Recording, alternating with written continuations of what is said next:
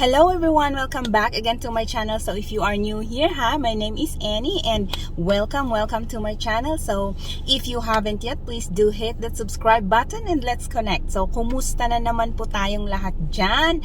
Sana po ay okay pa rin po tayo. So ngayong gabi ay baka nagtataka po kayo bakit gabi po ako nag-film ng video ko. Nandito ako actually sa labas. Pumasok ako, night shift ako actually, pero umuwi ako kasi low census, kaya buti na lang para makagawa ako ng video. So actually this video would be just a very quick video. Marami-rami na rin po kasing nagtatanong saan daw po ba ako galing, saan ako nagtrabaho dati, ilang taon na daw po akong nag-nurse, mga ganong bagay about my nursing life. So I think I've actually touched that in my previous videos, but you know, just to give you some more ideas about my nursing life, I thought of doing this video, kaya para ma-share ko din sa inyo kung paano ako, how did I get here to where I am now, parang ganon, parang buhay nurse ko. Kaya ganun. Mga siguro less than 5 minutes lang to, o baka less than 3 minutes na video. So if you're interested on this topic, then keep on watching.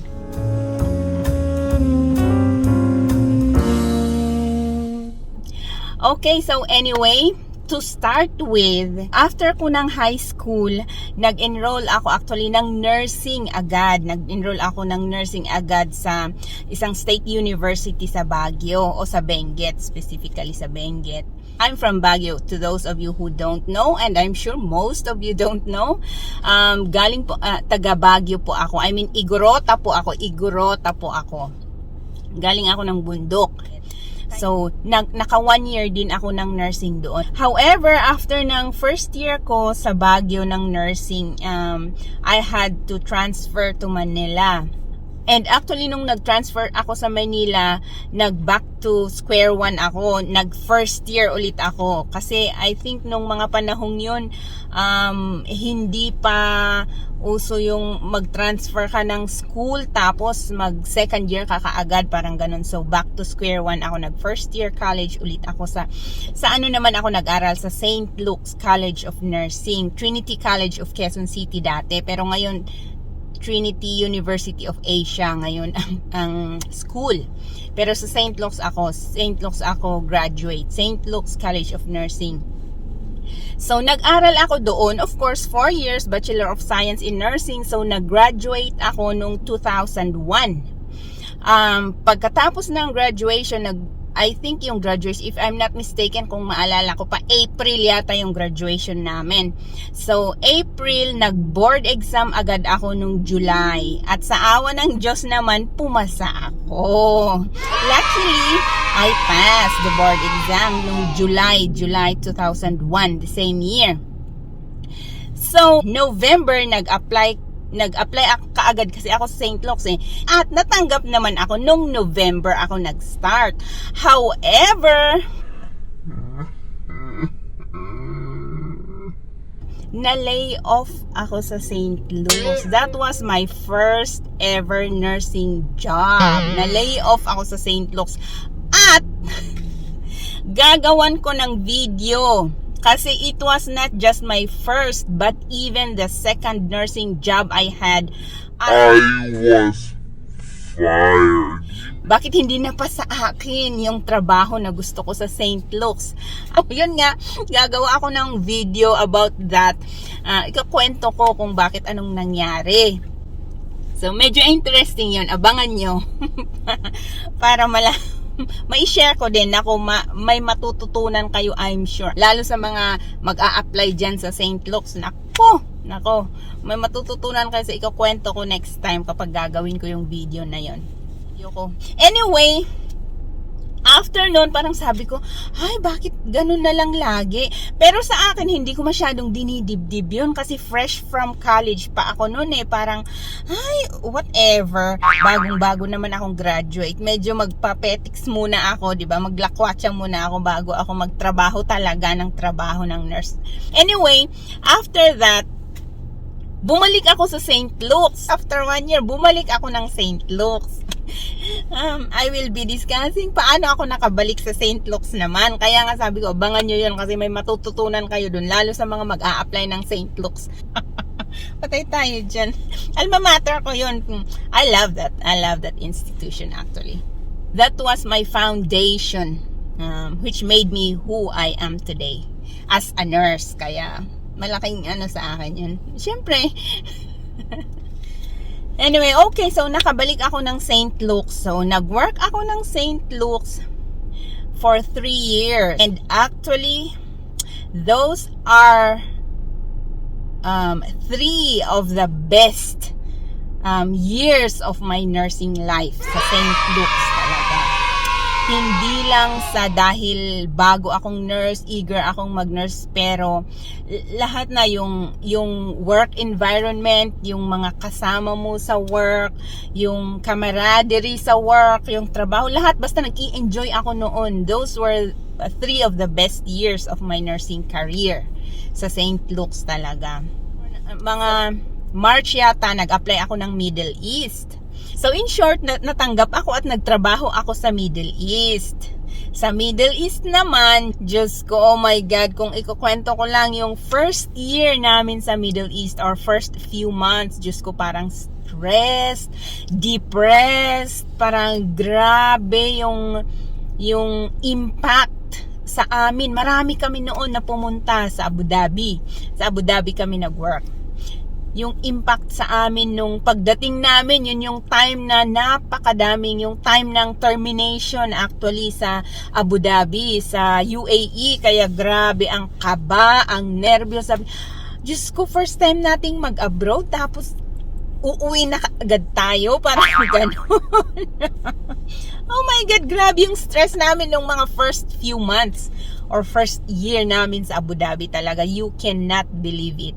Kung ikukwento ko yung mga napagdaanan namin nung mga panahong unang taon pa o mga first few months sa Abu Dhabi, nako, huwag na lang. Ayaw ko maging nega.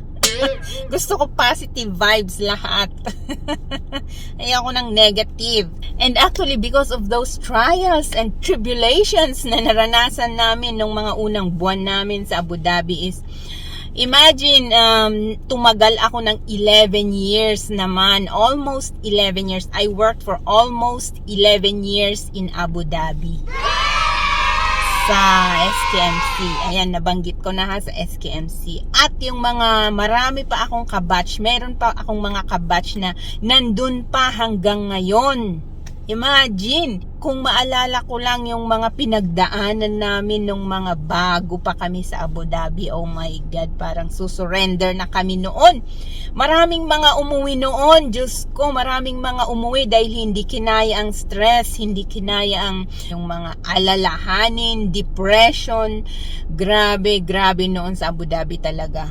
Ayoko nang maalala actually, but as I've said, those made us actually stronger to face whatever trials we encounter in those many years we were staying in Abu Dhabi. Kaya sabi ko nga, yung iba nga nandun pa hanggang ngayon. Kaya eventually naman sa akin sa Abu Dhabi, of all those 11 years, most of those years were my best. I mean, the same din sa St. Luke's, pero sa St. Luke's kasi sa trabaho, parang sa trabaho mismo. Sa Abu Dhabi naman, trabaho o outside ng work, talagang nasa puso ko na yung Abu Dhabi, parang ganon. Na-enjoy ko yung pagstay ko ng Abu Dhabi talaga. To the point na ayaw ko na ngang pumunta dito. Kung napanood niyo yung unang-una kong video sa channel na to, na sabi ko noon na dinelay actually yung pagpunta ko dito sa Amerika. Kahit na noon may retrogression, pero after na lift yung retrogression at umaandar na yung application namin, dinelay ko pa ng dinelay talaga. Sabi ko, ayaw ko pa na umalis sa Abu Dhabi kasi nag-i-enjoy na ako noon sa Abu Dhabi. Ang dami kong, I made so many friends, especially sa work. yung talaga yung bonding namin sa trabaho. Naging magkaibigan kami, naging parang isang pamilya kami lahat. Kaya parang ayaw ko talaga noong umalis sa Abu Dhabi. Ay nako.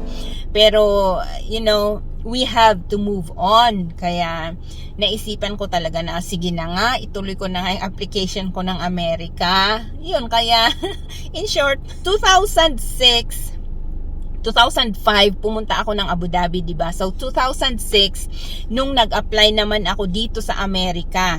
Pero wala akong balak noon, talaga wala akong balak. Pero luckily naman natanggap ako. Natanggap naman ako nung 2006 'yon. So 2006 November, nag-NCLEX ako, nag-IELTS ako, pumasa naman ako. Pero 'di ba ang IELTS nag-expire ng 3 or 5 years. So I had to take again IELTS nung na-lift na yung retrogression para umusad yung application ko dito sa Amerika. Tapos, nag-retrogression na. 'Di ba? Parang naging idle. Nawala na yung plano ko noon na mag-Amerika. Kasi imagine, it took us 10 years. Anyway, so nung 2015, na-lift yung retrogression, nagsimula na naman na mag-email yung agency. So parang na-reactivate yung application. 2014 pala, 2014 yon, nag-start silang mag-email, ganyan-ganyan, submit ng ganyan, submit ng ganito. So, nung mga panahong yun, nag-enjoy na ako sa Abu Dhabi. Ayaw ko nang umalis.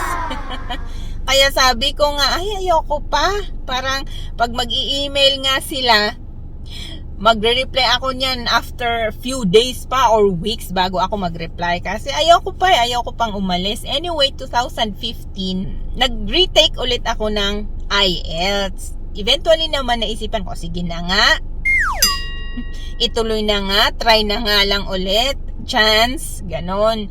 So, nag-exam ulit ako ng IELTS noong 2015. At, luckily naman, pumasa na naman ako. Kaya, yun. Naging tuloy-tuloy na yun. Nagtuloy-tuloy na yung application. So, in short, nung February 17, to be exact, February 17 of 2016, pumunta ako dito sa Amerika. Kami actually yung mga unang batches na pumunta dito sa Fayetteville, North Carolina. Dito sa ospital, actually. Kami yung mga unang batches ng mga Filipinos na pumunta dito sa Fayetteville noon. Eh ngayon, my God, hundreds na ang mga nurses dito. So, yun. Natapos ako ng kontrata sa agency after 18 months yun eh. 18 months. So, by October of 2017, natapos ako sa agency. Natapos ko naman yung kontrata ko sa agency. Which by that time naman, kapapanganak ko. Actually, nanganak nga ako October 31. So, FMLA pa ako noon. Pero pagbalik ko regular employee na ako ng ospital. So, bumalik ako ng mga February yata. Regular employee na ako ng ospital. So, February 2018 na yun hanggang December last year, nag-work ako doon. Almost 3 years na regular staff ako ng ospital na yon. Bago naman ako nag-transfer dito sa ospital na pinagtatrabahoan ko ngayon. Same company, parang ibang branch lang. So, nag-start ako nung last year, December 6, 2020, sa bago kong work ngayon. So, actually, this is the best decision I ever made. Hindi sa anumang rason, pero gusto ko talaga yung trabaho ko ngayon, yung place, yung workplace, less stress, ganun. Basta napakadaming reason. Pero hindi ko naman dinidiscount yung experience ko sa step down. Kasi sa step down ako na-assign noon sa main hospital. Those almost 5 years na nag-work ako doon, napakagandang foundation. Napakagandang foundation bilang nurse. They said nga that was the busiest unit ever sa ospital na yon. Kahit sino ang tanungin mo na mga na-float, mga supplementals, mga ibang nurses, talagang yun ang sinasabi nila. Pero syempre may kanya-kanya naman tayong experiences, kaya baka ang mahirap sa kanila, sabi nila mahirap sa step down, tapos sa amin na nagtatrabaho doon, petics lang pala. Parang ganun.